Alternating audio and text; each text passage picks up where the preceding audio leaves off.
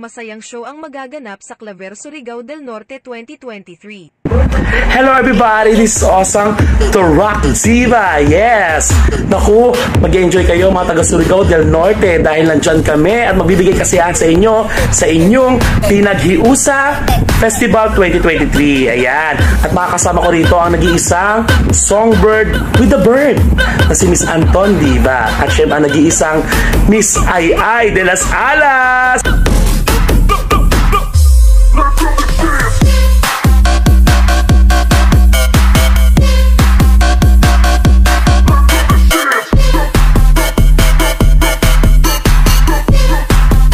Nako, talagang mag-enjoy kayo na bonggang-bongga. Kaya man magkita-kita tayo sa September 8, 2023 sa Pinaghiusa Festival 2023. Kaya kita-kits po, rock the world, yeah!